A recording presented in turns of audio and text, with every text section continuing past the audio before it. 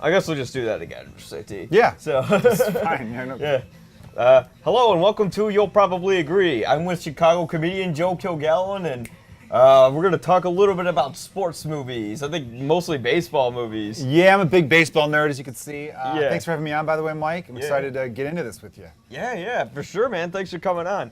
So, I guess, I don't know where to start, but I guess we'll just start talking about, baseball films and stuff like that. Do you have, a favorite movie in general, sports-related, like baseball? Or I always feel like boxing's a cheat, because that's always, Doesn't every boxing movies, because it's like every great movie is like a boxing movie. I feel like because Rocky won Best Picture before, Raging Bull won Best Picture, I believe, right? No, it lost. Nominated, though? It got nominated, but it lost to Ordinary People, directed by Robert Redford. Okay. Or, as I call it, Ordinary Movie. Yeah. It was about a bunch of whiny rich white kids in Lake Forest. And it was big back in the day. But see, this is why people listen to this podcast. You know your stuff. And then The Fighter was nominated, I believe. It didn't win. Yeah. So, because boxing has that classic screenplay. Anyone who's ever read or wanted to write a screenplay or read Save the Cat or read any book about screenplay writing knows they have the boxing movies. They got the underdog. Yeah. They're they decide I'm going to commit to this. So then you got your 25 minutes, 25 to 50 of them kicking ass, getting better in the gym, getting better, improving.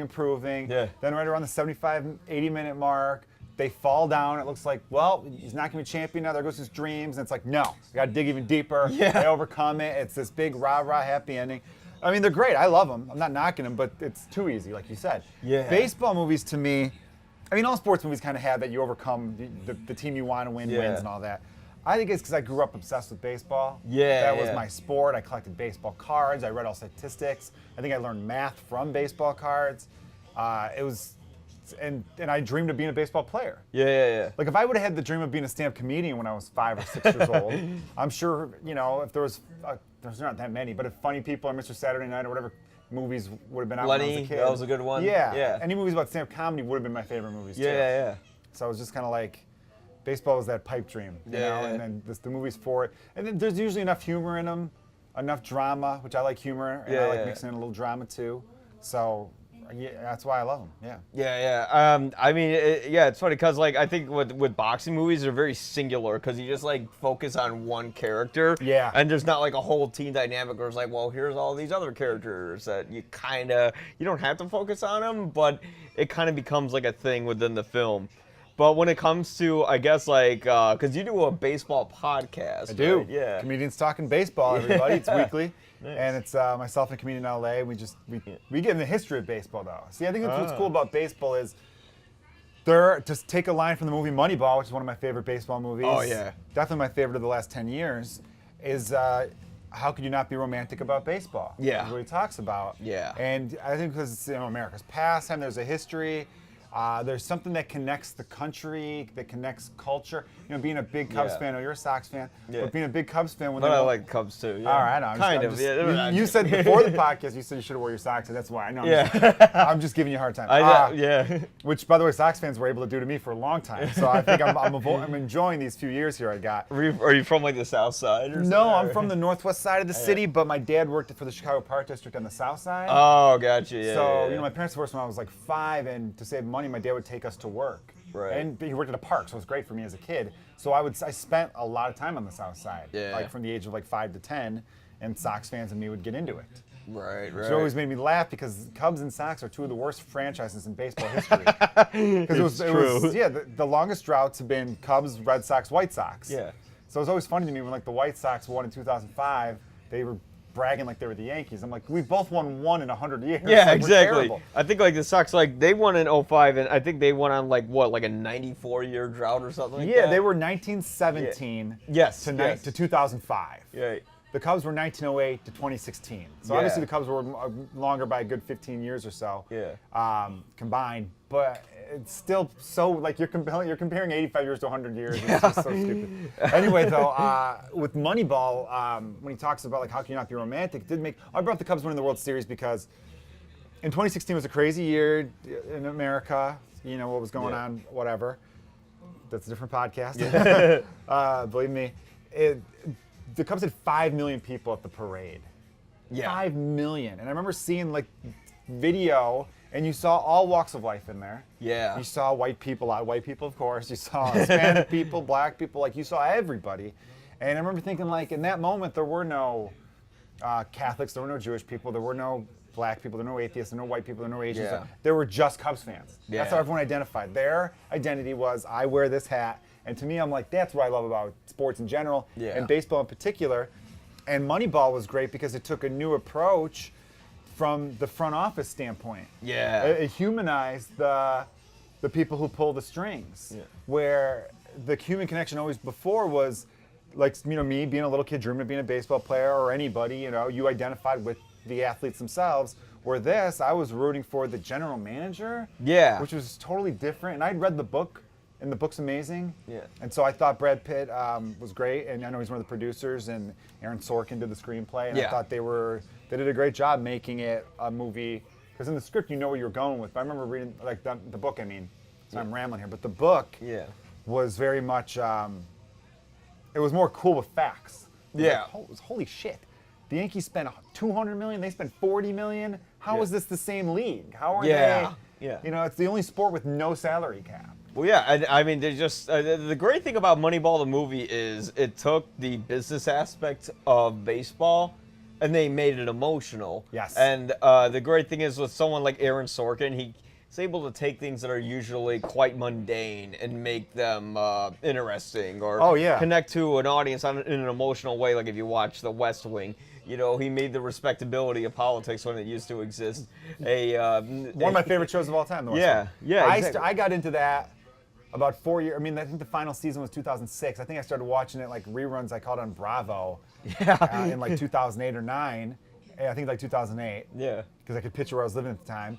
And I remember thinking if I would have watched the show while it was on the air from like 99 to whatever, I was 8th grade to high school basically, I might have thought about working harder in school and getting into politics. Right. Because that's how much he made politics sexy. And I think I've got a brother who's in college, and I tell him, I'm like, try to get like an internship with the Cubs. Maybe you could weasel your way into, he's a really smart kid. You could, you know, get into that front office pitcher, maybe work, you know, as a scout because baseball and sports in general now are so numbers driven and so data driven that it's no longer like ex-athletes doing these jobs. They've got people who are like, oh, these are just super fans who are also incredibly smart, which is really cool to see because it's almost, you know, I joke because, you know, as a comedian, a lot of comedians identify as, oh, I'm a nerd and all this stuff. Yeah. I go, well, we're all nerds. Yeah. You know what I mean? But it's nice that nerd is becoming more, it's not looked down upon like it used to be.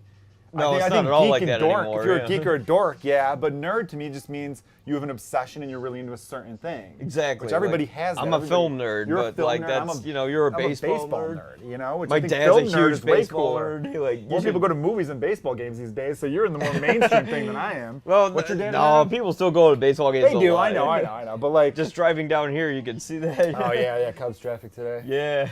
But I mean, 40,000 people go to a game in Chicago. Yeah. It's the Cubs have 40,000. And say the Sox are playing in town too. Yeah. So that's another 2,000. So you got 40. That's an inside Chicago joke. Yeah. Sox attendance, but, so you get maybe 60,000 total people on a Friday. Yeah.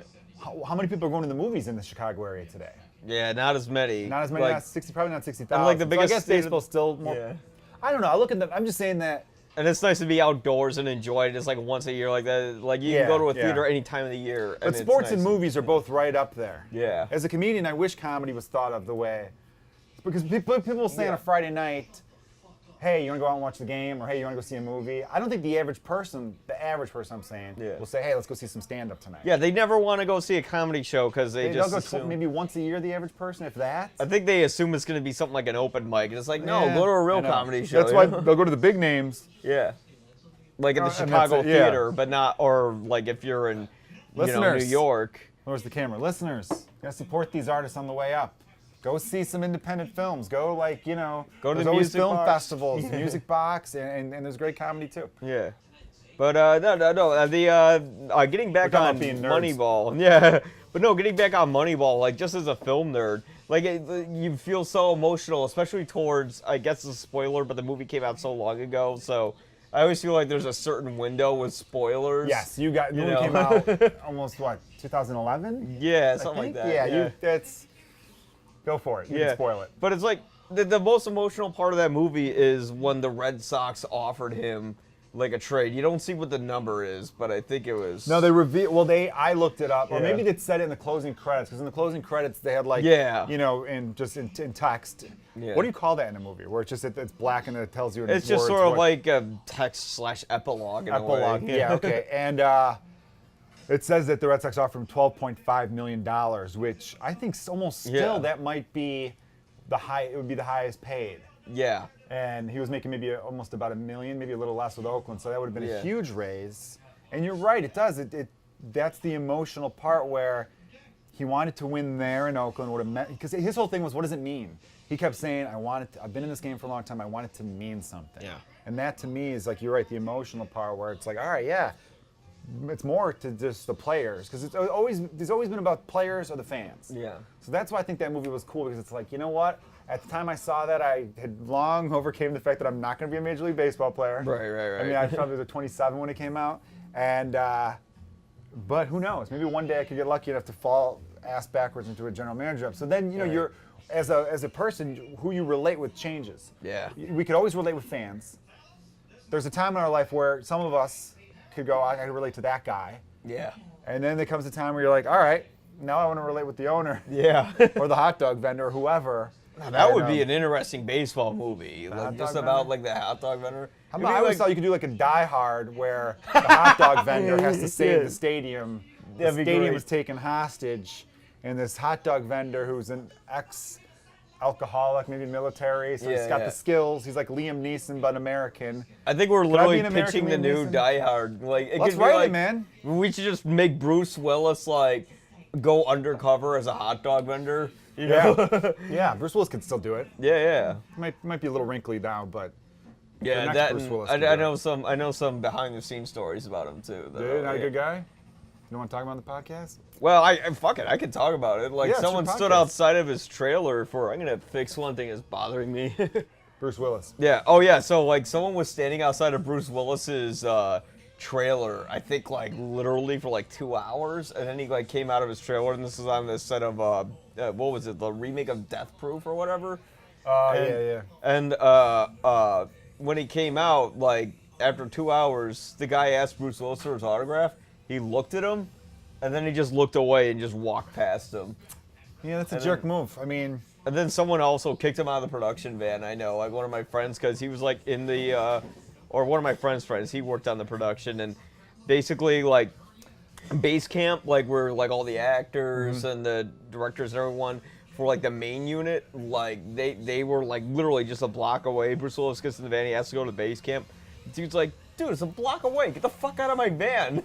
Oh, that's what he said to Bruce Willis? Yeah. All right, I can see Bruce getting a little upset about that. But also, hey, Bruce, come on, you're an athlete, walk the block, right? Yeah. I don't know how much of an athlete he is anymore, though. But, that and like every angle that's like not his face, it was just a stand-in in that movie. Wow, really? Yeah. That's pretty lazy. Yeah. Usually the stand-ins are just there to, you know, get the camera right and the light and all that. They typically aren't on film too much unless it's a stunt double. Yeah. So he's like the anti-The Rock, because everyone talks about The Rock being the nicest human being in the world. Yeah. And Bruce Willis. See, Bruce Willis, they just did a roast of Bruce Willis on Comedy Central. Did they really? Yeah. Like usually, you know what they say? Yeah, they came out this weekend. I haven't seen like Comedy Central in forever, honestly, which is As weird. A comedian, I hate to say, but you're not missing all that much. No, there's some great shows out there. Any one of the shows my friends are on are the best. Daily Show, fantastic. Yeah. And that's it. No, they're still doing some good stuff. I was just messing around, but maybe South Park, but South Park I've got to catch up on. It's kind of starting to show its age a bit. But, I mean, after 20 seasons, this is remarkable. Yeah. But, so anyway, we're going back to Moneyball. Oh yeah. I mean, I could get sidetracked all day. You've heard me talk. Yeah. I'm like that little kid that's like, ooh, a balloon, and I run off. That's why I have this uncut and then cut. You know, the cut totally. version has all the clips and shit, and that takes like you do a best couple of weeks. No, I've seen it, man. I really like what you do here. Oh, thanks. And we're at Galway Bay pub in Chicago. Yeah. Literally in really Wrigleyville while a Cubs game is going on. Yeah. I mean, this is like the border of Lincoln Park and Lakeview. It's not far though. I mean, Wrigley Field's like a mile and a half away. You can walk there. You could definitely walk there for sure. Yeah, I'd say a mile and a half. So, all right. Well, Moneyball is probably my favorite baseball movie in the last 10 years. You asked me earlier if I had a favorite. Yeah. It's tough to say a favorite because it goes almost by decade. Because with any movie, and people knock nostalgia, but I really do feel like in the grand scheme of things, your favorite movie or the movies you connect with will bring you back to the time in your life when you saw that movie. Yeah. A Major League was a fun one for me. Yeah, that's one of my favorite comedies. It's such a good comedy. You run like Willie Mays, but you can't hit for shit. Yeah, you may hit like shit. Yeah. I liked it because I played baseball, and that movie came out when I was like 6, and I think I saw it around that. Maybe I was 5 when it came out. I was pretty young. I remember at a couple times when there was some swear words and some innuendo stuff, my dad just being like, "Damn." My dad never cared. He watched Oz in front of me as a kid, not The Wizard of Oz, like prison ass rape Oz. Oh, really? Yeah. See, my dad, I don't think he cared because I remember seeing Slapshot. Yeah. I remember the scene in the Slapshot where the woman, who it's funny, the mom from Christmas Story. Yeah, the mom shows from her Christmas tits in Story that movie. plays a bisexual woman, and one scene just smoking a cigarette, boobs out. Yeah. And like you do, and which actually was more realistic because I hate it when I watch movies and they're like in bed together, but she still has the sheet up to her neck. Like who does that? You just had sex. Yeah. You wouldn't be sheet all the way up to you like what that. are you hiding? I've seen. If it's chilly, you might bring it up a little, but you're not going to be, totally. So I remember that scene, him kind of being like, doing like cover the eyes, doing one of those. Yeah. But he didn't like tell me, oh, you better get the hell out of the room for this one, because I think he was one of those guys. I think that way sometimes in movies too, where he's like, oh, Major League, it's a baseball movie. We totally could watch that. And then halfway in, it's like, shit, I forgot about this scene. Because for a while, I would quote, I'm hanging out with my friends. There's a scene where Tom Berenger goes in to talk to Corbin Bernsen. I believe that's his last name. Bernsen, whatever. Because Corbin was like a pretty boy, kind of like past his prime, but was once a solid player. They hinted at him being an all-star once or twice. And he tanked the play because he was kind of like, his brain was already out of baseball. He was getting into investment banking and stocks and all that bullshit. And so Berenger's like, this is my first year back in Major League Baseball. These young guys are coming up, and I'm not going to put up with that shit. We're trying to do something here. And he goes into his house, into whatever solarium, whatever bullshit name he gave. Rich people always name living room something fancier than they are. It's a family room. There's a TV and a couch. He's in the solarium. I always mix up family room with living room too. It's like, why do you call it the living room? No one's living in there. You know? Well, because some people have it where the living room, because growing up I didn't have a family room, but my grandma did. We went to my grandma's house every Sunday for dinner. And the living room was like the really nice furniture. There was like little statues on the mantle and fancy stuff, and you just didn't touch anything. And then the family room was where there was couches and some toys lying around, and then the big TV, and you walk, that was like where the action was. Oh yeah, sure, you could eat pizza in here, get a paper plate, but all that stuff. Where the living room is, you don't even bring a fucking crumb into this room. But I grew up where our living room was, the family was both. Anyway, though. So Major League. Major League. Movie Major League. When he goes in there into his solarium, like we were saying, he says to him, "If you ever tank another play like that, I'll rip your nuts off and shove them on your fucking throat." You notice how I really emphasize fucking? Nobody to me, I still haven't heard anybody. I dare you, movie buffs, to find someone who says the F word better than Tom Berenger says in that scene. Oh, he says F word's great. Remember Platoon? Platoon, he said it great. The way he said, you could hear him out of his throat. The way he says, I'll rip your nuts off and shove it on your fucking throat, like your fucking throat. You could hear, he got every fucking part of that CK combo. And it was, I was running around quoting that as like a 6-7-year-old. Was that like your first? Was that your first time like swearing? Fuck all the time. All the time, but swearing. No, I grew up. Grew up Chicago Irish Catholic. We knew how to swear. Like we'd always just swear around my house. Like nobody could stop it. But no, Major League was definitely a great comedy. It kind of had just this great team dynamic with everyone where the characters all worked. You talk about boxing movies just being about the fighters, but characters, I mean, you had Charlie Sheen, you had the coach, the old manager, Lou Brown. Charlie Sheen was, what was it, Wild Thing? And he had the big-ass glasses on. And you had Bob Uecker as the announcer. I mean, they hit everything. Oh, God, Bob Uecker was the best part of that play. Part of that movie. The old veteran pitcher, you had Willie Mays Hayes, Wesley Snipes, you had the Dominican player, or was he actually Cuban? and Pedro Serrano, who's the actor's name I forget, and then you had the owner, Yeah. who was like this trophy wife who fell into owning a team. Yeah. So, which was maybe it was a play on Marge Scott from back in the day, I think, who's the Reds owner. And yeah, it hit There was the everything. manager too. They cut to and, fans' reactions. Remember, I don't think these guys look too fucking good. Like Randy, Which was was Neil that Flynn, Randy the Chicago Quaid, the actor's one big like fan That- who was he was always in enthusiastic? he was in the sequel. Oh, I thought he was in both, because like in the No, first he one, should- he was like overly enthusiastic, and in the second one, he was just completely like cynical. See, they cast Yeah. him because he was a name for the second one. You know, Yeah. in sequels, they always try to do things a little bigger. Yeah. And no, he was not in the first one, though.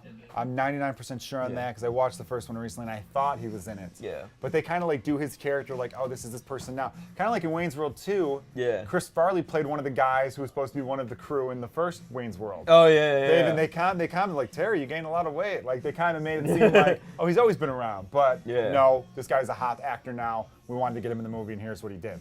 Even though Chris Farley was in Wayne's World 1, it's a different role. He was a security guard.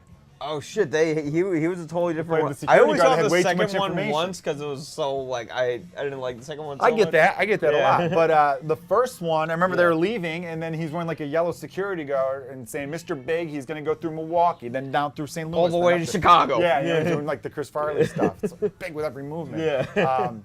Those of you wondering, I was looking at myself off the camera to make sure I wanted to nail my Chris Farley impression. So, so they did the same thing with Major League 2 with Randy Quaid's character. And that was great too. They had the fans where it's like, too high. And then they're arguing. Well, it went too high. And it's like, who gives a shit? It's gone. Like, just it was great. I mean, I don't know who wrote that. I think I would know because it was. I don't know off the top of my head. I don't know if it was someone who wrote several movies or that was just their one hit. If that was their one hit, they were smart because they dumped out the whole kitchen sink on that one. Because I think I can't think of a character where I'm like, useless character, not necessary. Yeah, right. Like think of even fucking the Renee Russo, who was the love interest. Yeah, was, even she played a role. Yeah, like even she, like you, like she was sort of like the emotional dynamic of that story. I think wasn't it Charlie Sheen or no? It was Tom Berenger. Tom Berenger, which shows also he was this scumbag baseball player alcoholic who didn't realize how good he had it, didn't appreciate it, and because of that, he threw away his personal life, threw away his professional life, which the only reason he came back to play was because they were trying to purposely lose. Yeah. So not throwing the whole plot of the movie Major League, everyone, but the whole point was the owner, the Harris, who takes over the team, she doesn't want to be in Cleveland anymore. Yeah. Which poor Cleveland now, still going over these jokes about no one wanting to be there. Yeah, You know, if LeBron it's still gone. like not that. Yeah. It's not bad. I like Cleveland. And so there's a stipulation where if their attendance falls below like 800,000 for the season, they could move to, and she wanted to move to Miami, which worked because at the time the Marlins didn't exist. Yeah. Because they Kind of came out funny like 4 because years before. you know LeBron went to the Heat. Yeah, exactly. So, holy shit, man. Yeah. Has anyone made that? Someone had to have made that connection before.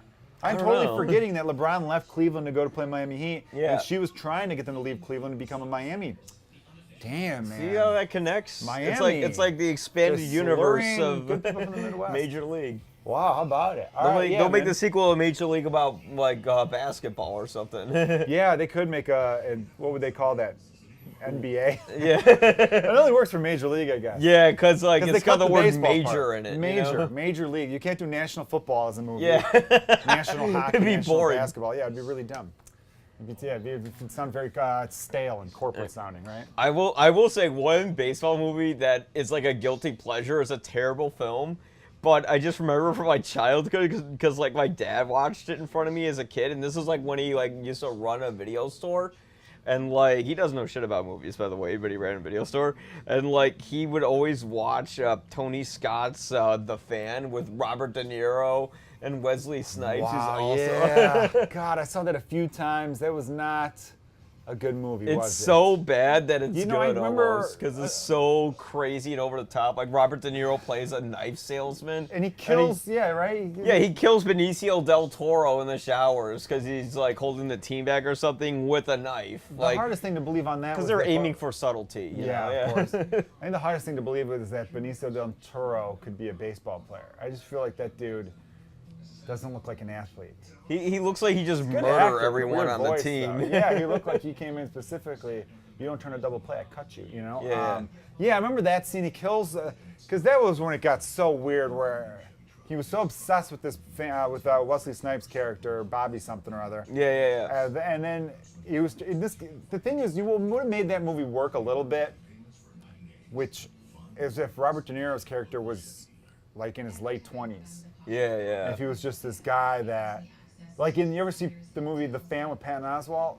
No, but I know what you're talking about. Fanboys. Fanboy, or whatever it's called, Fanboy fan. Patton Oswalt plays this guy who's obsessed with the New York Giants. Yeah. And his backstory of his character is he lives in his mom's basement. He calls into sports radio constantly. Yeah. And he really is not kind of like Arrested Development, where he's still like a 15-year-old, even though he's clearly in his early 30s. Yeah, yeah. And I think that guy being obsessed works because Robert De Niro's character was older than the player. So you think that man, even if he's crazy in his head, would understand, oh yeah, players get old and they're not good anymore. I've seen this with my other favorite players. When I was 8, Mickey Mantle got old and wasn't good anymore. Yeah. That's what happens. So it would be one thing if it was like some 29-year-old or someone with the same age going, or like, you're getting worse at your job and I'm getting worse at my job and I can't have this. You're my thing. Yeah. You were the thing I fell back on when life was hard. When my wife was leaving me, I would watch your games. And if you suck and give up, then what hope do I have? I don't know. That's how I would have made it a better movie. It's interesting. When you said someone younger, I just thought, like, it would be interesting if it was a movie about someone maybe who still lives at home because they have, like, a bad mental disorder. Yeah. And because of their mental disorder, they're, like, obsessed with baseball. Which works because it's on every day. Yeah. Right? It's a sport that would make sense that if you're off mentally, you would get obsessed with. Exactly. Like, he'd just go nuts with it, and then it would cause him to snap and, like, capture the baseball player's son. And maybe I'd take out the whole thing where he gets to go to his house or something like that. Unless, like, he felt bad for him, not, like, mentally disabled mental disorder, but more like a high-functioning you can't have it form of Asperger's mental disorder. So it would have to be like almost like sociopathic, where it's like this guy burns ants, like some weird, like he was gonna hurt a kitten, like that you can't have it where. But he seems like an innocent, like, nice guy, and people kind of feel bad for him. So like maybe like when's a charity thing to go to Wesley Snipes' house or something like that, like just some sort of something that leads believable circumstance. But instead, it's like baseball's easy to get frustrated with too. Yeah. It's a very frustrating. Oh game. God, you should see. One day you look great, one day you look terrible.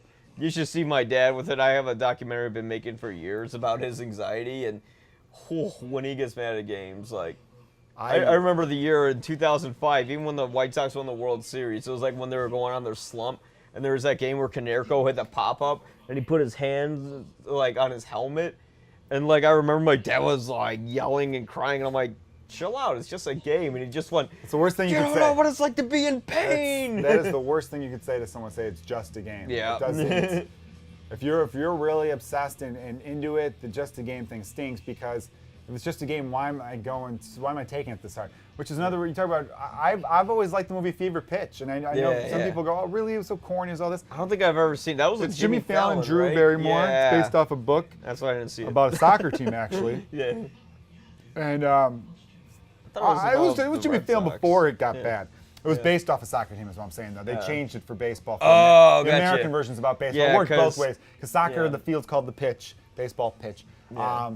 But he's this guy who's obsessed with the Red Sox. Obsessed. And they luckily, when they were filming it, the Red Sox happened to win the World Series, so they had to change the ending to incorporate them winning the World Series. So it's pretty cool in that regard. So why is it like overlooked, do you think? Like, what do you think people don't appreciate? I think people don't like Jimmy Fallon now. And it makes them go back to not liking him then. Or maybe they didn't like him then. I don't know why. I watch it and I relate to it because now when that movie came out, I was in high school. I think I was a senior in high school. Or no, I was 04, so I was a freshman in college. And I had friends of mine telling me, oh, I just saw Fever Pitch. You got to go see it. You'll love it. It's you, but Red Sox. And then my wife always laughed because we were dating at the time. Where she said, there's one scene where Jimmy Fallon corrects Drew Barrymore. Drew Barrymore says she's complaining about their relationship because she realizes that she's going to be number 2 to the Red Sox always. Like, oh, my friend's having a birthday party Friday, but then I look at the calendar and no, we can't go because Pedro's pitching. And then he corrects her going, Pedro's pitching Thursday, Schilling's on Friday. Like, And then, so my wife was like, that is exactly what you would do. You would correct me in something like that. I go, well, you want to be right, don't you? You got to get things right. But it has a... Also, at the time, that movie came out in 04, so from 04 to when the Cubs won in 2016, I would watch that fantasizing going, I wish it was about the Cubs. Because the whole thing is like, he realizes like, oh my God, I'm losing this girl because I was more into the team. And then so he decides to sell his season tickets that he inherited from his uncle. Now when he was like 7, his parents divorced, and he moved to Boston and didn't know anybody and didn't have any friends, was a shy kid, and his uncle took him to Red Sox games, and he fell in love with the Red Sox because he had nothing else in his life. And so right there as a human being, you go, oh, well, that's sweet. That's why he's a super fan. Okay, cool, great. I get that now. And he's willing to throw it all away because he messed up and wants to get her back. And then she realizes, oh, shit, how selfish have I been? I've never given up anything for anybody. Hauls ass to Fenway, stops him from selling the tickets. They say, let's try to make it all work. And then in the backstory, the narrator says, and then you know what happens next? The Red Sox come back from 3-0 to beat the Yankees, their hated rivals, win the whole World Series, and it cuts to them celebrating on the field. Yeah. So from a filmmaker point of view, what a boner of coincidence to be able to go, we're doing a movie about the Red Sox during the World Series. Shit, they got their film crew out there. They were able to get onto the field. Oh, yeah. The World Series was on Fox. The World Series was on Fox, and it was a Fox studio, so they were able to connect it. And literally, I remember watching that World Series going, oh, Jimmy Fallon, I didn't know he was a big Red Sox fan, because they were showing celebrities in the crowd, and Fallon was there because they were filming the freaking movie. I don't even know if he grew up a Red Sox fan. I think he's from New York, so might be a Yankee fan. Maybe he's a Red Sox fan. I think he is a Red Sox fan. Should be now. Made some money off that movie. Yeah. No, the funniest thing is... The White Sox want to pay me 7 figures. I'll root for you guys somewhat. There's this hilarious thing where there was a documentary that literally came out the year... I think because the Red Sox won in 2004, right? Yes. So there's a documentary that came out in 2003 that was literally about like how the Red Sox always like choke up and disappoint their fans. And it literally came out the fucking year before. You're just like, oh, if you just stuck around for one more year. Yeah, totally. Oh, God. But that was crazy. And then I know there was a documentary about the Cubs that HBO produced called Wait Till Next Year. Yeah, Wait Till Next Year, the Saga of the Chicago Cubs. Yeah, that one was a sad one. Because it's even sadder now because Dennis Farina, who was a famed Chicago actor. Yeah. Been in a bunch of things. He died a couple years ago. Yeah. So he never got to see them win the World Series. He died like 3 or 4 years ago. And I think he died like last year or year before. No, he died before they won the World Series. Because he was on the show New Girl. He was playing the character Nick's dad on that for a little bit, and then he died in real life. So they incorporated him into the plot where the character's dad died. Yeah. Anyway, he was a Chicago cop before he became an actor. That's right. Yeah. It's kind of a cool backstory. And then I remember the first thing I saw him in was like Manhunt. So, and he was. In old style commercials. Old style used to have these commercials in the 80s. Yeah. I don't really remember them, but I think I looked them up. They're on YouTube somewhere, I believe. Dennis Farina, you guys would know me, the big mustache, was on Law and Order for years, and he's been in a ton of things. The whole premise of these old style commercials where it's our great beer and they can't have it. Yeah. So it would have like a surfer dude. I'm a surfer guy and I'm drinking an old style. Yeah. And Dennis Farina and his Chicago mustache and Chicago accent would knock the beer out of their hand and be like, it's our great beer and they can't have it. Basically, saying, if you're not from Chicago, don't drink our fucking beer. Which is funny because it's a beer made in Wisconsin. But anyway. Yeah. There's a lot of breweries in Wisconsin. But no, that was an interesting document. I remember, who's the guy from Curb Your Enthusiasm? Jeff Garland. Jeff Garland, yeah. He'd be like crying like every time there was like an opening game. Like he would go watch opening bar. Day and wherever he was in, if he was in LA or New York, he'd go to a bar specifically asked to watch Cubs games, and for some reason that opening day made him emotional. Yeah. Opening day doesn't make me emotional; it makes me excited. Yeah. I don't really get emotional once I realize we're yeah. mathematically eliminated. Which, thank God, we're in a different time. Yeah. Because my son, I've got a 1-year-old, and he's growing up. Yeah. During the golden era of Cubs baseball. Yeah. I'm hoping it continues when he's old enough to enjoy it. It would suck by the time he's 8 if we suck again. Yeah. But I'm sure there's gonna be down years again. It's baseball. Yeah. But I know that was, and then there was a 90-some-year-old guy in it who was like a baseball fan, and he's he was a Cubs fan, not baseball. But of course, he's a baseball fan. But anyways, like he kept sticking it out, and you're like, well, I hope he lives to see it. I know. I don't even know. I wish HBO could have done a follow-up and checked in on all those people to see if. I think they just like cut to his grave. I don't know. There's something else too that's about it where, see, movies have that cool thing, and you throw music in there, and then you throw sports. That's why I think those three have always been there.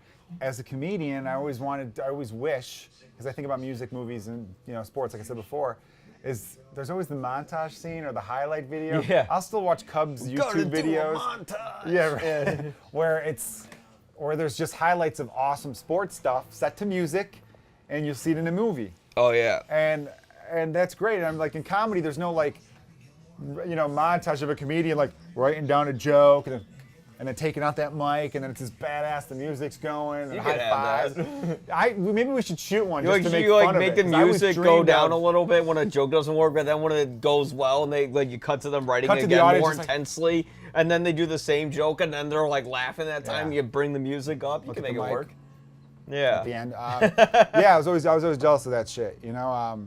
But yeah, it's sports movies like.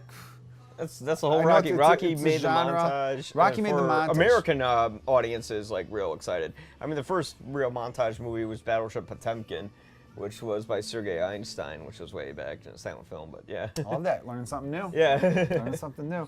Well, yeah, we don't talk strictly baseball movies. I mean, all sports movies do kind of have that thing, but I think what I really just get a buzz on is that unless they're done bad, because there's some that are done terribly. Yeah. But the ones that are done right, the ones that are done right have that thing that bring it all together. The human, I like determination. I like movies that kind of motivate in a way. Yeah. You know, because I feel like as human beings, we all need a kick in the ass to be like, I got to be my best self. Yeah. And I know a lot of people are like, well, I don't relate to sports, so fuck that, I'm not into sport. I'm like, yeah, but still, it can apply to anything you're into. Yeah. Whatever your passion is, you know, if you're, whatever, you know, I think just get off your ass. I think it always makes me want to get off my ass. Whenever I watch, you can't watch a Rocky marathon and then go, you know, I'm gonna eat like a fucking asshole and just sit on my. I don't know. Whenever I watch those, I'm like, all right, gotta walk around, I gotta move, I gotta get the blood flow going. And then you throw some comedy in there too, because it's a group dynamic, a lot of these. Yeah. The boxing movies, rarely, I can't think of any boxing movies that are also a comedy. Yeah, there's Great not White a lot. Hype, I guess, but that wasn't about boxing per se. Yeah. That was more promotional All shit. boxing movies are just about underdogs usually. Yeah, always about an underdog or overcoming adversity. The entire Rocky series, you have Cinderella Man, you have... Cinderella Man was the ultimate. Cinderella Man was a true story. Yeah. Which, like, Rocky we love, but it wasn't, well, it's kind of based off of a real guy. Yeah.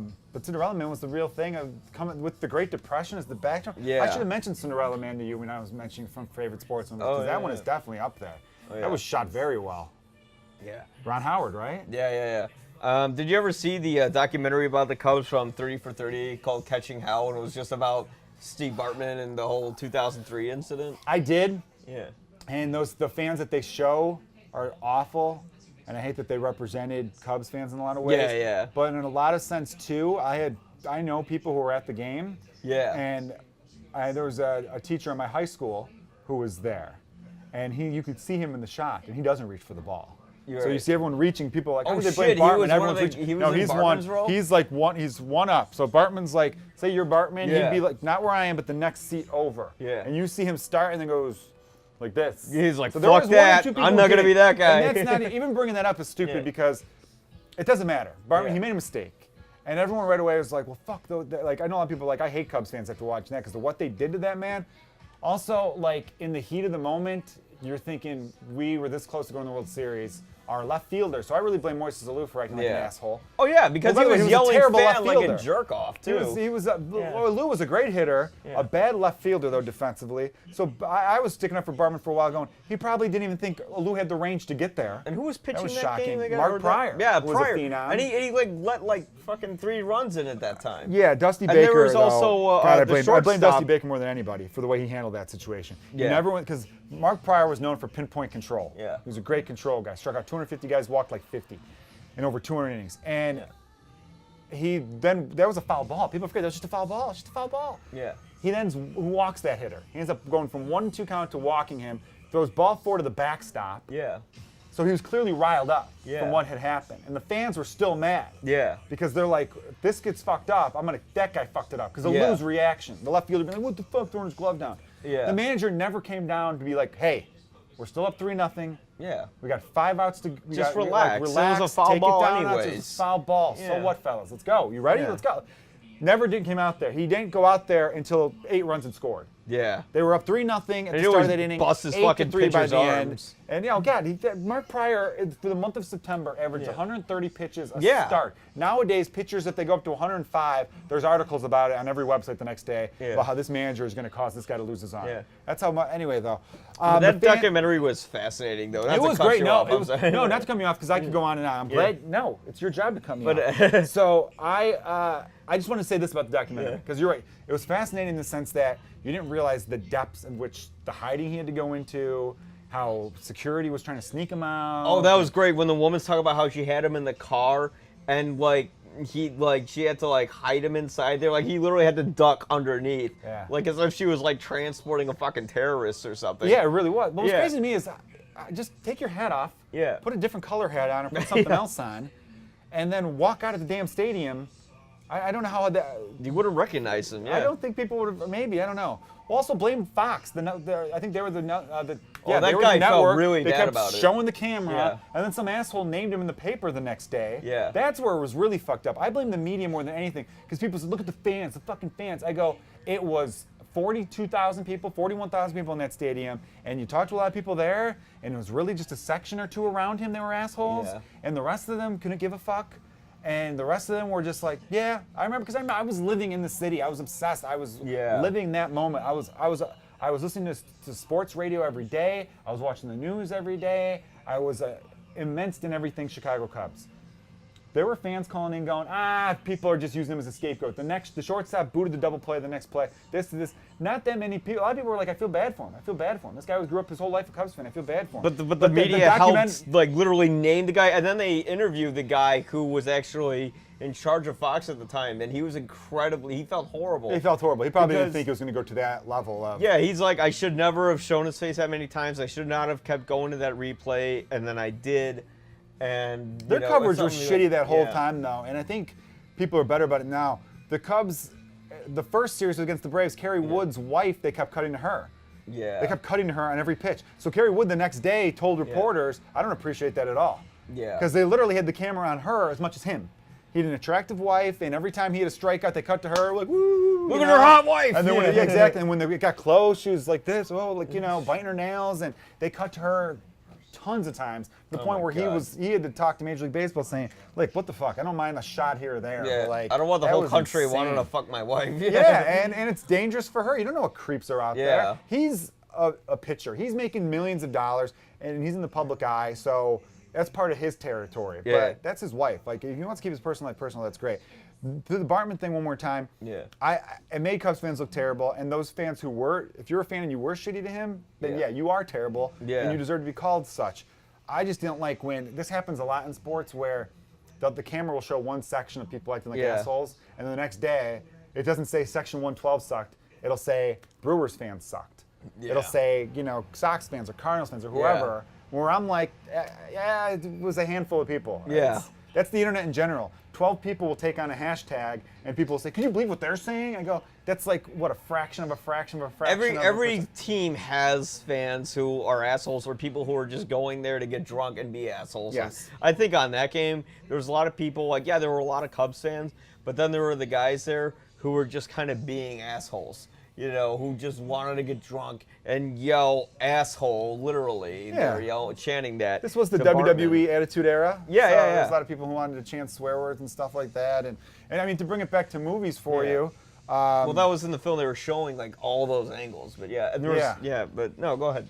We'll bring it to movies for you. Just as a quick side note, remember when the all-female Ghostbusters came out? Oh, God, yeah.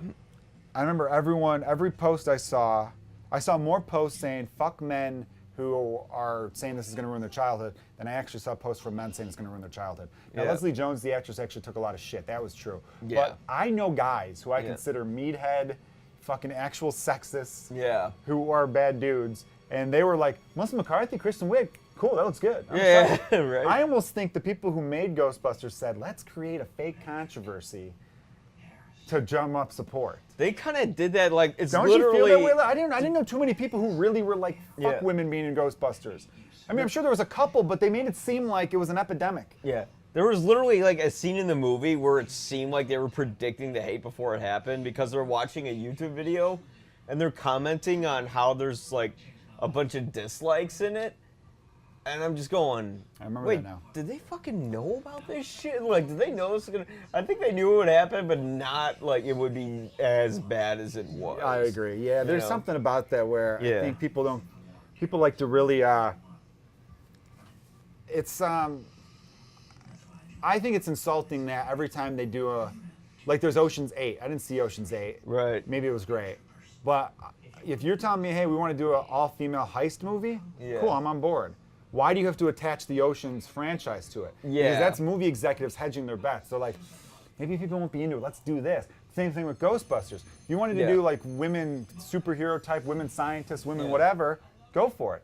Why are you attaching? And I didn't even care about that, but I realized that after Ocean's 8 came out, oh, this is what they're doing. Yeah. Because for some reason, I think the sexism is more on Hollywood's end than it is on America's end. Yeah. I think most of America, if you look, the biggest, I was thinking about all my favorite comedy films, like comedy, laugh out loud, of the last 5 years before Ghostbusters came out. Yeah.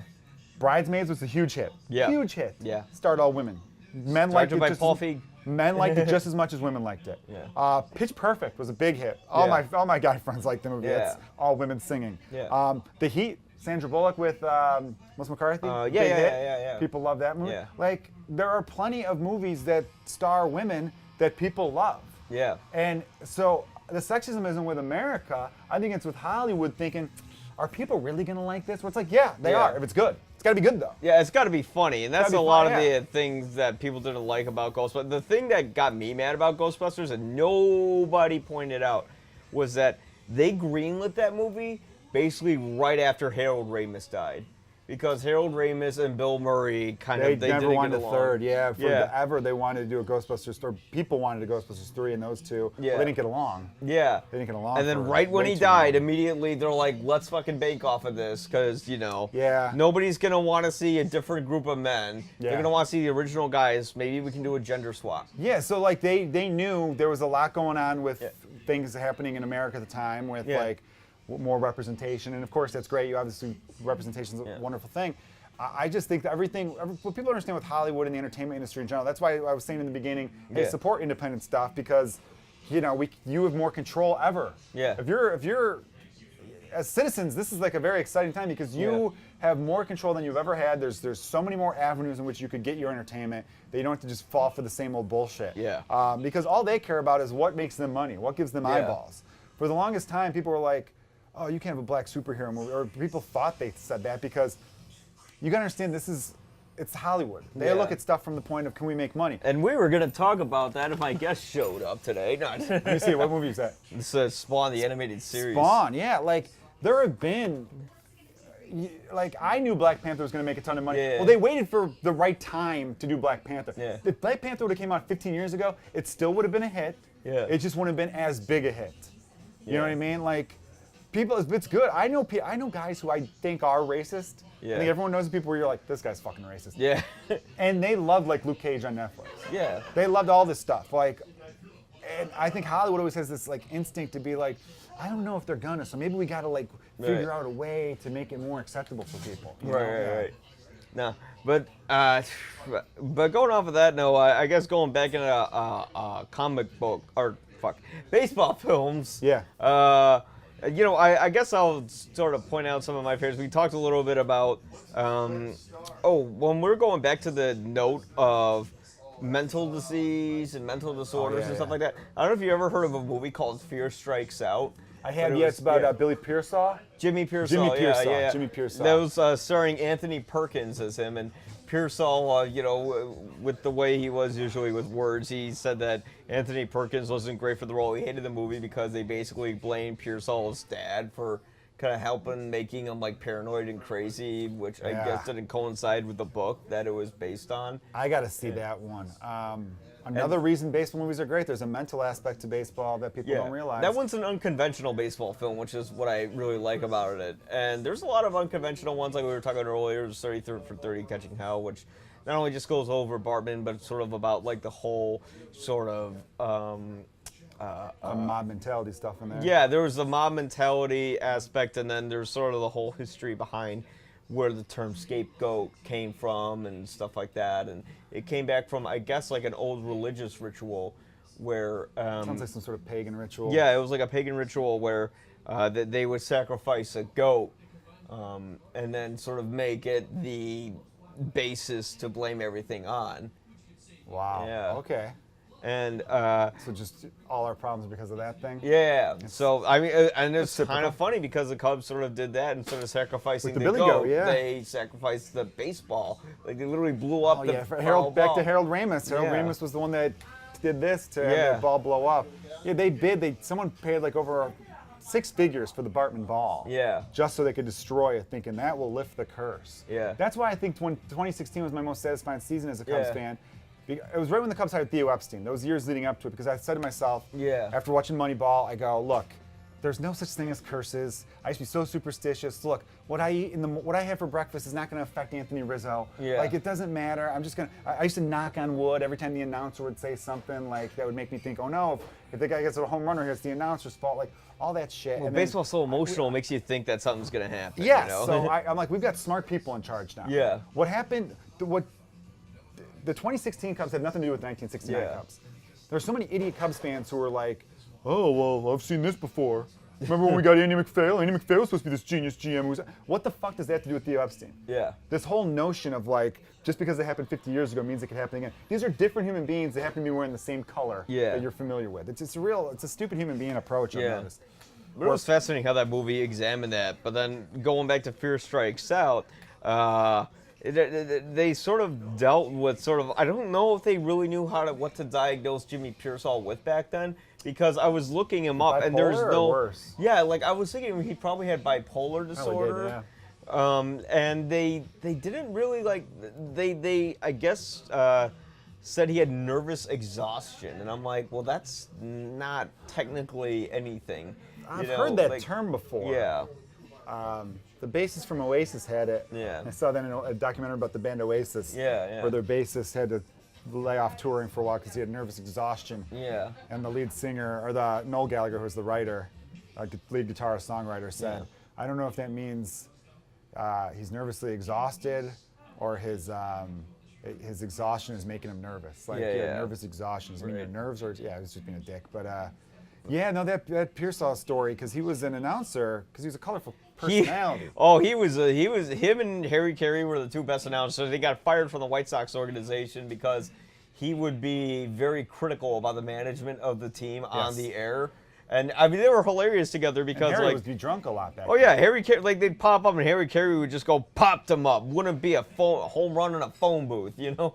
And Pearsall said some racist shit before on the air. Like they had a bunch of people dressed up like Indians, and like he thought he was off the air. So then he just went, I'll go back to the reservation, you know. Oh God, yeah, that's bad. And guys like that wouldn't get hired in the first place nowadays. Oh God, no. Harry might have actually, because he's got a the nice cough button's backstory. for, you know.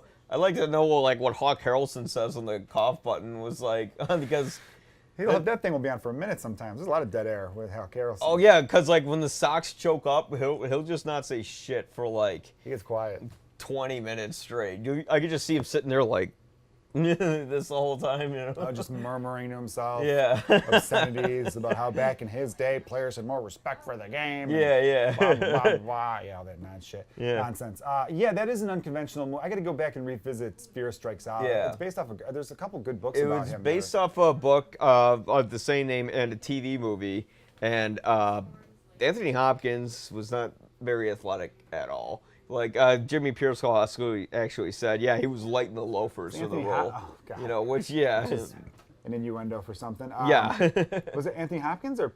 I thought you said I'm sorry, Perkins. Not Okay, Hopkins. cool. I was like, how old is Anthony Hopkins? Right. Well, you know what I'm talking about? Can I switch to another unconventional sports movie, getting off baseball slightly? Have you ever seen North Dallas 40? You did mention it to me, but I never saw it though. You said it was Nick Nolte, right? It's Nick Nolte. It came out in like the mid to late 70s. Yeah. And it showed, I mentioned how much I like Moneyball because it shows like front office stuff. Yeah. And North Dallas 40, it shows a lot of front office, behind the scenes stuff with football. Yeah. This guy's hurt, let's just shoot him up with something. So kind of like. Yeah.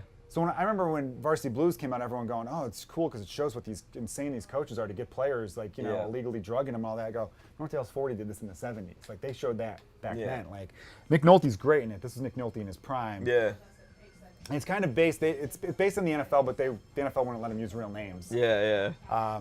But they were the North Dallas 40 so they were like the Cowboys, and the one guy was supposed to be like Tom Landry. He dressed like him and everything. And it just shows like the behind the scenes stuff with football. It shows a couple of these guys as rapists. It shows these guys. Whoa.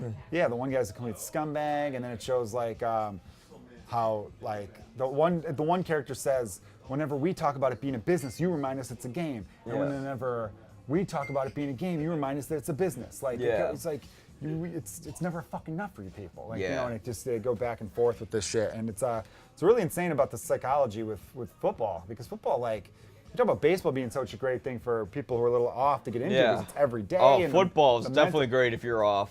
I mean, look at how many football players beat the shit out of their wives. Yeah, I think the football, because of the violence and the concussions and all that stuff.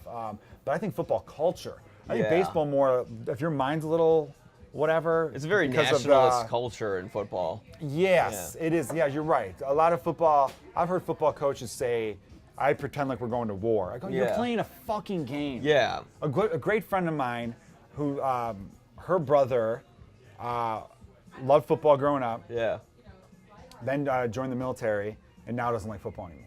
Which is rare, because most people do. But he doesn't like it anymore because he goes, all they're doing is trying to pretend like they're fucking going to war. I actually went to war. So I can't get in. To me, this shit's soft now. I can't. Yeah. And then the mentality behind it, where I remember there was this running back, Robert Smith, for the Vikings. He retired because he was just like, I was over there, rah-rah bullshit. You know what I mean? I was 27, 28 years old, and these guys were still acting like it was a homecoming game. And getting all this and this. And I'm just like, guys, we're fucking playing a game. We're getting a lot of money for it. Let's chill the fuck out. Like, what's that football movie where sport. Robert Loggia was the coach? And if you don't know who Robert Loggia was, he was like that guy that Al Pacino shot in Scarface, and he was like Scarface's boss before Scarface took over his job. Yeah, I'm trying to think of what was the movie about? Scarface? No, I know what Scarface is about. What was the football movie you're talking about? I don't know. I just remember the clip from the Daily Show where like Robert Loggia is the coach, and he just goes, "We're gonna rip the fucking heads off and shut down their necks." It's like, dude, relax. Yeah, what movie is that? I have no idea. I just remember the clip. But it's like that's kind of unnecessary roughness. Yeah, probably. Yeah, I think it was unnecessary roughness. I want to see that though. I want to see. You ever see Blue Chips? With something with Scott Bakula, Unnecessary Roughness, and Kathy Ireland's in it. I've seen Blue Chips. Yeah, Blue Chips is free on Amazon Prime right now. Yeah, I almost watched it the other day. I just love watching that movie for seeing Nick Nolte go crazy in the locker room, and like every time he walks in, like the other like coach tries to calm everyone down. He's like, okay. Then Nick Nolte would just come back in and start again, and they just walk away like, ah, fuck, there he goes again. Trying to be a Bobby Knight type guy. Yeah. There's another sports movie. Have you seen Warrior? Yeah. It's about MMA. Yeah, with Nick Tom Nolte's Hardy and fucking Uncle Owen from the Star Wars prequels. I can't remember his name. That movie kind of shows, they hint at the one guy being a star wrestler and his dad being a complete piece of shit. Yeah. Like obsessive. And I've seen that parent too. So now that I'm a parent, I'm lucky my dad was never like that. And I've seen these parents where they're like banking on their kid to be their meal ticket. And they're obsessed. And if the kid does something wrong, it's like, you're running home now. I'm not giving you a ride. You're running home. And it's like, what are you going to throw the kid in the closet if he strikes out like that? Yeah.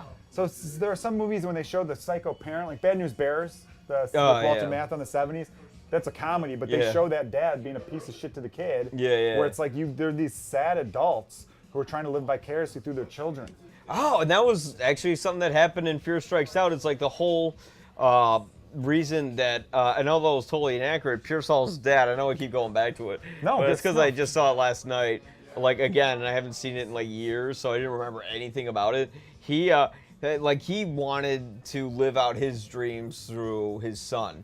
And he wanted his son to be like the star baseball player, and he was so strict with him, like even as a kid, he'd even be saying to him as a kid when he'd be sliding into first practicing his moves, he'd be like, they still want to tag you, you know, or if he like made it on the Red Sox, you know, he was so up on himself about being on the infield instead of the outfield, which is always what he trained for, and his father like begged him to do it. It was basically about how a parent can fuck up your kid's mind just by like pushing their dreams on you. And although like yes, that's not what happened in real life, like it made for an emotional core where I think fiction sort of finds a greater truth. It might have. Maybe after he saw the movie, he thought, oh, you know, my dad wasn't that bad a guy. You know, he wanted the best for me, and that's the only way he knew how. Like the movie Whiplash it got a lot of sports mentality that. It is. At least, let me rephrase it real quick. The mentality that people contribute to sports. Yeah. But it exists in a lot of other places in life. People always just say, oh, that's sports, and the people who don't like sports use it as a way to dismiss sports. But we saw it in the music movie Whiplash. Yeah, the good job scene speaks so truly.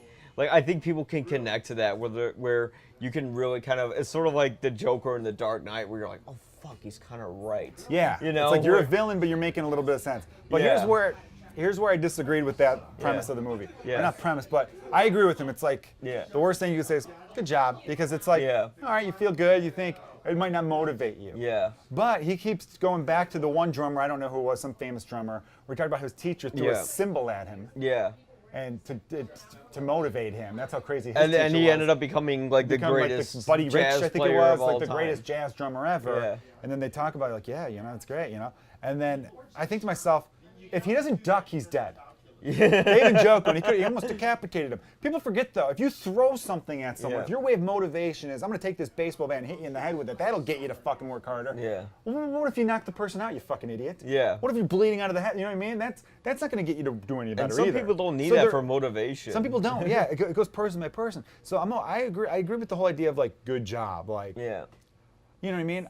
You could say, hey, you're getting better, but that's not good enough. And I know you could be better. Yeah. That's how you can motivate someone. Because if you throw a cymbal at someone and they miss, trust me, they're not showing up to fucking lessons the next day. Yeah. You know, like, so that part. Well, that's because they're not strong enough then. Yeah, and I love the movie, and Simmons definitely deserved the Oscar for his role in Whiplash. But I just remember that because I hated him, so that's why you know he was good. Thanks to my childhood, I remembered him from us. Oh yeah, God, man, it comes back. I remember him from Malcolm in the Middle more so than Oz. Yeah. But yeah, he's got range as an actor. Yeah. Doesn't need to do commercials anymore though, man. You got enough money. Come on, back up. I hate it when these guys. I love it when he got the Oscar and Neil Patrick Harris when he got an Oscar. Oh yeah, that was good. That was maybe the best part of that Oscars. Anyway, though, but like the movie Whiplash definitely has a lot of the sports stuff to it with that regard.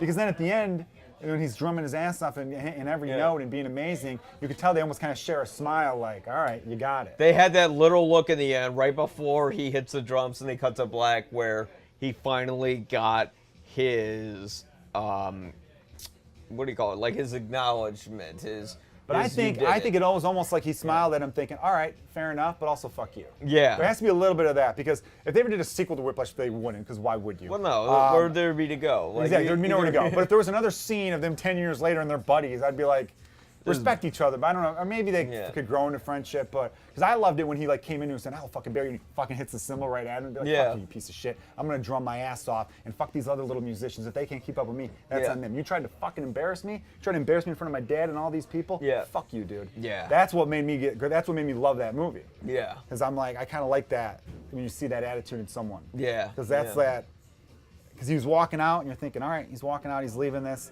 and then he kind of turns around going, nah.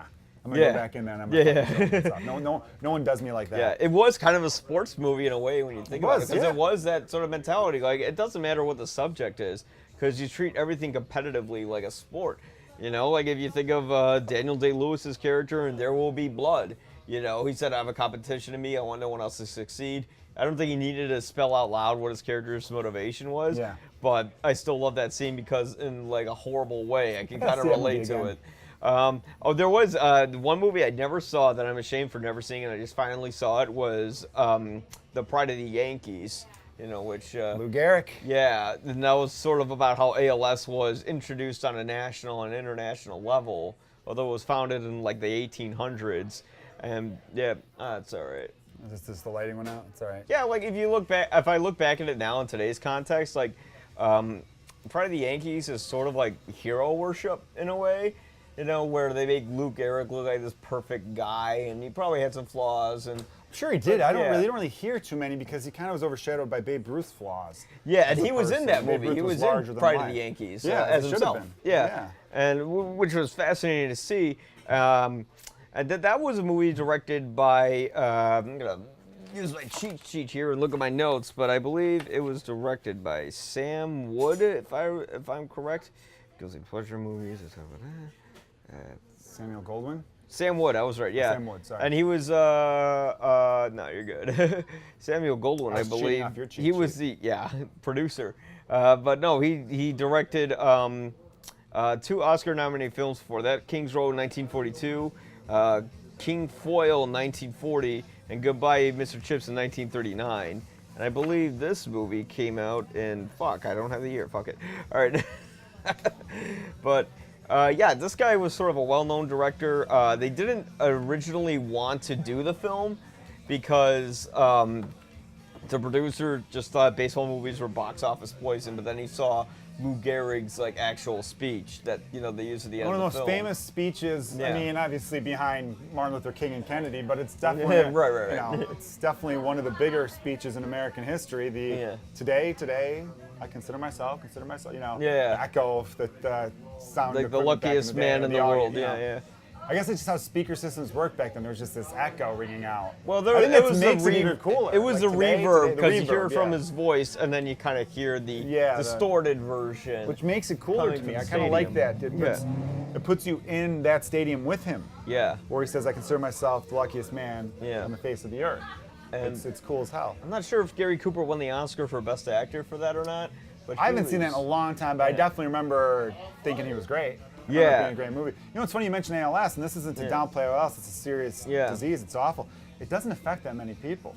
Because I looked it up when the ALS Ice Bucket Challenge was going on a couple years ago. They pocketed a lot of that money, too. Yeah, which is charities. People look into the charities you donate to, because a lot of them really are scam artists. Yeah. It really affects, like, such a small, like, it's a fraction of people, like 0.000. It's like really... I'm not saying we still shouldn't be pouring money into it. Of course, we should pour money into every disease that affects even one person. Yeah. But I don't know. I think if it didn't have Lou Gehrig attached to it, is my greater point. That's what made it so. That's what brought all the attention to it, because a famous guy got exactly. It shows you what fame could do. Yeah. How fame could bolster something. Yeah. The movie was essentially a love story. It was about Lou Gehrig and how he met his wife and stuff like that. And I wish there was a little more conflict in it. I wish something happened rather than, oh, look how great Lou Gehrig is and how much he loves his parents. But yeah, I guess storytelling was a little different back then. But it is effective once he does. The hero wasn't a thing. Yeah, but it was effective. Like once he actually gets the ALS, and you see him. Like one scene that actually I thought was more striking than the famous speech was he's in the locker room with his with his fellow players, and they know like he's starting to like something's wrong with him because he randomly just like falls down, but then they just kind of like pretend to ignore it because they don't want to alert him that they're aware of his physical ailment, and he just kind of like grabs the bench shaking and sitting back on it. I remember that scene, and now that you bring it up, I think maybe part of the hero worship you were alluding to with how Lou Gehrig was portrayed was because they probably wanted to build him up that way when you started to see the disease and what it does to your body, it hurts even more. Kind of like, it's I think what was so shocking with emotional core, Yeah, it's like here's this character that we all love, and here they are. It's like, how could this happen to like the nicest guy in the world where he gets a disease? Like if Lou Gehrig, like it's a Christopher Reeves situation. Yeah, this guy exactly. was Superman. People, Americans saw him, that is Superman. Yeah. And then to see him where he was completely paralyzed, basically. I think he just had use of his neck. I don't mean to do that like in a big way, but like. Oh, I did a whole like when I used to do stand up. There was a joke I did that wasn't very good about Superman. Where I said, like, Batman, like, when he got his back broken, he crawled out of a tunnel, like, in the middle of nowhere and saved the city. And when Superman broke his back, he wound up in a wheelchair for the rest of his life. Yeah. Yeah, kryptonite. Yeah. But that was, like, that was a bad joke. Which is why I don't do stand-up. I'm not very funny. Oh, stop it. But anyways, but the most interesting thing about that movie was when I read sort of, like, about the ending. Like in the end, he walks down the tunnel, sort of like into the abyss, like into his own fate, right? It's kind of like this bleak ending. And what the producers originally wanted was that, he embraces his wife, who was played by, I believe her name was Teresa Wright. And she was also in The Best Years of Our Lives, which is like one of the greatest films of all time, in my opinion, greatest American films.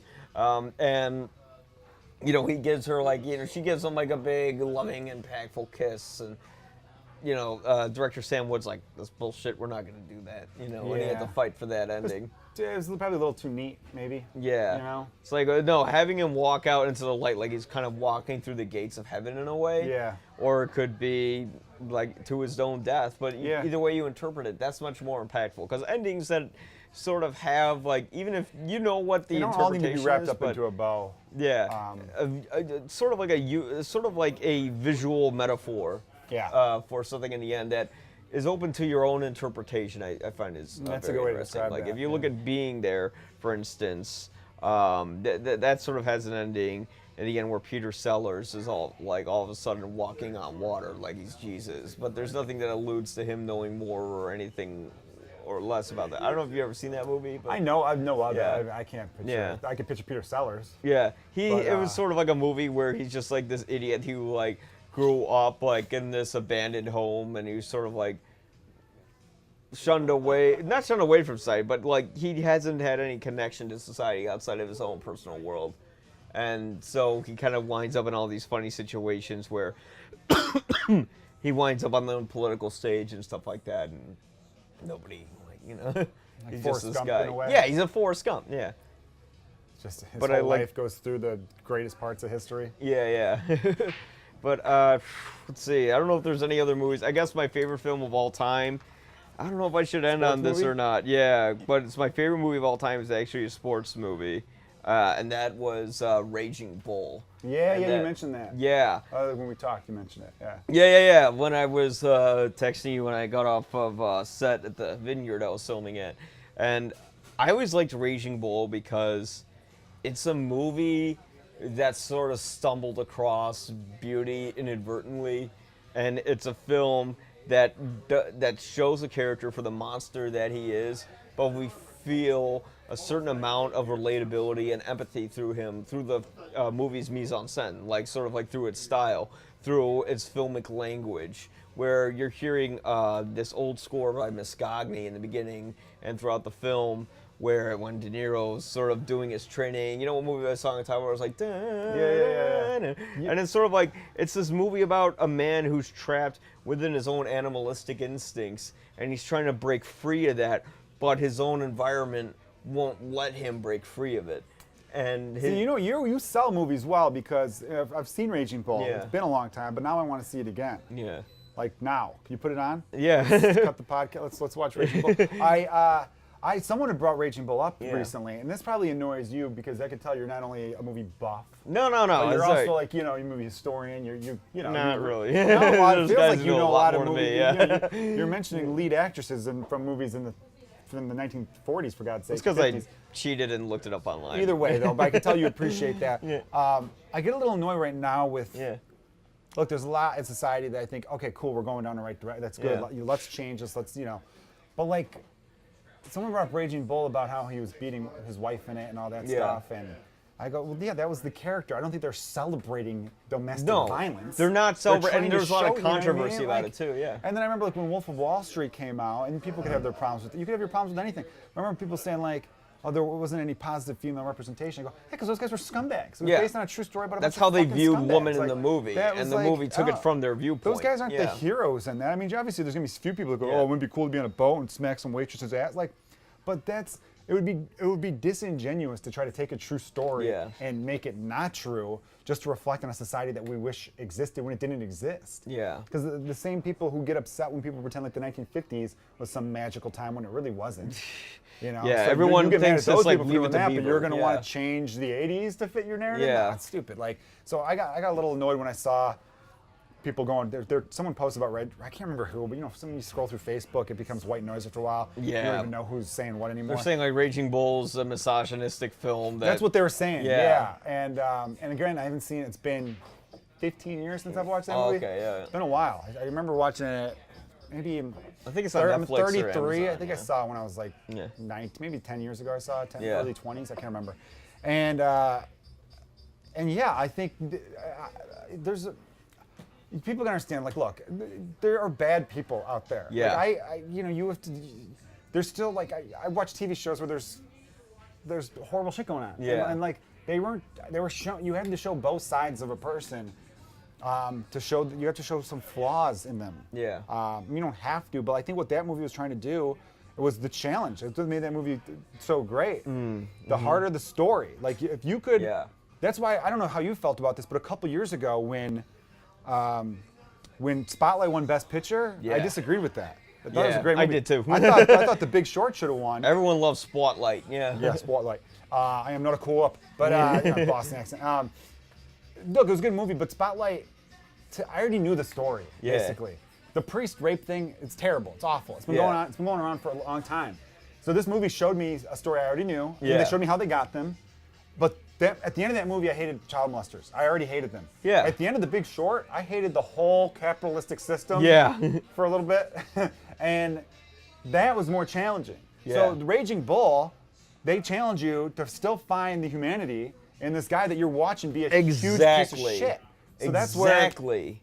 But the thing I loved about Raging Bull, but yeah, the thing that you pointed out is like there's an empathy to that character, but it's not spelling it out. When he has the moment where he embraces his brother again, and he's hugging him and stuff. He's not crying. He's not saying I'm sorry. He's not saying I love you. He's still trapped within his own male masculinity, and that film was actually a film about toxic masculinity. And it was sort of about this evil... We're victims too. Yeah. No, it was about this evil, it's about this sort of horrible side that men have to themselves when it relates to trying to prove that they're stronger than others. Yes. And when they're trying to prove that, they can't be wussies and all that. And it was sort of a film that was about that, and it was spelled beautifully, through the black and white cinematography, through the usage of Mascagni's music, through sort of a lot of the absence of sound, That's how it all sort of came about, and that's what was so gorgeous about it. And it's a movie where you had to really analyze it and see the character and connect with it to understand it. Because you could just look at it outwardly and just go, well, he's just an asshole. He's swearing at everyone, beating the shit out of him. Well, yeah, I think what people are doing nowadays, and everyone is, I think it's good to have a heightened sense of awareness. Yeah. But there's a phoniness to me personally about, okay, we see it now. People go through people's old tweets. Someone just got a big job. I remember when Trevor Noah got hired at The Daily Show. People went through tweets from 8 years ago and goes, "Look what he wrote 8 years ago. Isn't he terrible? Let's bring him down." They're trying to fucking James Gunn him. Yeah. Yeah, and it's they could say about James Gunn they tried to Trevor Noah him because Trevor Noah was first. But I mean, there's other been people too. But so now that same mindset is like, all right, where else could I shine a light on something? So now people are going back to movies from 30, 40 years ago to say, look what they did wrong here, and look what they did wrong there. You could look at shit in Pride of the Yankees and say how that's racist, but back then everyone was fucking racist, Well, they're trying to there are books now, like Huckleberry Finn. They're trying to get rid of there's stuff like. They don't read that to kids because the amount of. I mean, it's just. I get I don't like that sense of rewriting history. Yeah. You want to take down statues of evil, treasonous Confederate generals? Yeah, before that. They shouldn't get a statue. That's fine, because that's like a celebratory sort of thing they're doing to them. They're saying, it's not celebratory, we're acknowledging your history. No, you're celebrating. No, you're celebrating, yeah. I support that. Take those fucking statues down. There's no Nazi statues in Germany. They tried to hide, they're ashamed of that. We should be ashamed too. But guess what? You could still learn about that history in books. If all of a sudden people were saying we should just remove those pages from books, then I'd say, fuck you, I got a problem. Because you can't do that. And if you got to look at these movies in context of their time and things like that. And I think it's just this whole mindset of if that movie came out today, people would be freaking out. Where it's like, no, you're not. You're seeing, but you're not watching. You know what I mean? I don't know how to say it with your eyes, but you're hearing, but you're not listening. You know what I mean? There's something to that. People will hear a word they don't like, and they get ooh, no, but they're not listening to the context in which you're talking. Right. As a comedian, I'll have that where I'll bring up a subject. I heard this happen one time in the crowd. I brought up a subject, and someone said no. They didn't even want me to talk about the subject. Yeah. You don't know what the fuck I'm going to say. I can say everything you want me to say. I can be on your side 100%, but you're saying no before I get the chance? Exactly. And that's where I think people are like, I don't like the... I don't know. But no, everyone wants... we're living in a very strange... It's a strange time. It's a strange time because now... I think there's a lot of marginalized voices who are speaking up for the first time. Which is but great, they don't want to hear what anyone else has to say. That could be it. But you know what's funny? I find it's not... Well, I mean, it is... they're marginalized too, but... I think it's just very emotional, and a lot of anger is coming out where I would feel that same amount of anger. But I think we were talking about on your podcast where you said you can't just tell people shut the fuck up and listen to me now. No, you can't tell people to shut the fuck up because they're not going to listen then. People don't listen. Yeah. If you say, hey, fuck you, let me tell you where I'm wrong, I'm going to be okay. Yeah, you're not going to win people over with hate. You're going to win them over with love. Yeah. And that's what Raging Bull had. There was love inside of it. It just didn't spell it out and say it outwardly. Yes. Yeah. Love's complicated. Yes, exactly. Anyways, there's plenty more movies I could talk about that I loved. I would have loved to talk about Happy Valley, which was a documentary about the Penn State University. And well, you know what, man? We know each other. Yeah. We're both in the area. I could come back on again another time. So we can continue. We can do a part 2 with Joe Kilgallon. I love that. Having a Kilgallon's pub. I'll say this though, I do not consider myself a movie buff. Yeah. I enjoy movies a lot. But anybody can enjoy movies, and anybody can have it. I mean, you said one of the best points about Raging Bull I've not heard any of my other film buff friends say. So there you go. Anybody can be knowledgeable about I was films. going to say this about myself. Now, I don't go see movies as often, but the thing about me is when I love a movie, I love it. Like, I will get into every aspect of that movie. Like, the things I'm into, I obsess about. That's just like my personality right there. Yeah. So even though I don't know, I'm saying I bring that up because if you don't want to talk about sports movies, you could, or if you want to come have me back on during a Super Bowl time where we talk about those movies. But like I could, if I like a movie, I'm gonna love the movie. Yeah. I'm not like there's not too many movies where I'm like, that was okay. Yeah. I mean, I guess there's a few, but you know what I'm saying? Like I really. Or if you really hate a movie, it's great to figure out why you hate it, because that too. I like actually any wouldn't mind given doing Sunday, that. you know? That'd be a fun podcast to do. Why did we hate it? Like that. Bring up movies that we can't stand. My last point, just what I wanted to say it like a actual human being here. Yeah. God damn, I get tongue-tied sometimes. You know. I'm not obsessed with movies. Yeah. But the movies I love, I get obsessed with. Yeah. Does that make sense? Yes, absolutely. You know what I mean? Yeah. Like, I think of it that way. There's a lot of times where I know I could watch a classic movie I've never seen in my life, but I'm like, I'd rather just watch this film. See, I'm not that adventurous where I'm not that like I'll go if a movie's out in the theaters, I'll go see it obviously because I haven't seen it. Yeah. But if I'm at home flipping through Netflix and unless it's a movie that's been recommended a lot, 9 times out of 10 when I'm picking a movie to watch at home, it's a movie I've already seen. Yeah. Which like is bad if you're going through Netflix, there's like here's Batman 1989 on the left, and then here's Gone with the Wind on the right. I'm probably gonna see Batman. Like to be honest, you know. But with some new movies, I'll be like, I haven't seen that. I've heard about it, but shit, man. Yeah. I didn't realize. Ooh, Blades of Saddle. Ooh, I've seen that one. I've seen it a few times, but I'm gonna see it a 6th time. You know, that type of thing. Yeah. I think that about does it. Thank you so much for coming on, Joe. Thanks for having me on. We'll Great talk podcast. about check out Kilgallon's Pub and then Comedians Talking Baseball. Comedians Talking Baseball, Kilgallon's Pub. You can go to joekilgallon.com and both of them. They're on iTunes, SoundCloud, Links will be in the description, and also like in the little box up here, or here, or I don't know where. I like that you're doing that thing that those YouTubers do. Yeah. Like, subscribe right here. Where's it gonna be? I gotta look at the camera. I keep looking at the monitor instead. Right. Me too. Good system going here. All right. All right. Thanks, everybody. Thanks, guys.